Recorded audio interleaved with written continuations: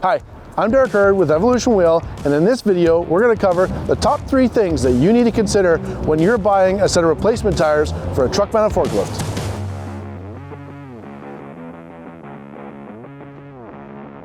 Number 1 consideration is going to be solid versus pneumatic. Do you want a tire that you can depend on if you have nails on your job site, or do you want a tire that you have to go to a repair shop and get fixed all the time?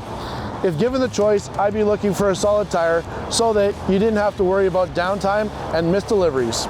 Number 2 is going to be tread pattern selection. You really want to look for a tread pattern that's anti-vibration when you're selecting a tire for these machines.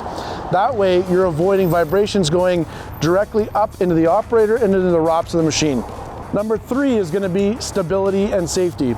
You really want to consider how the tire is going to behave and react in different situations. For lateral stability, you want to make sure that it's stiff enough so it's not going to roll over and you're going to dump your load. For vertical stability, you want to make sure that it has enough compression built in so that it offers a soft ride for the operator, but it's not too soft so that it's unstable.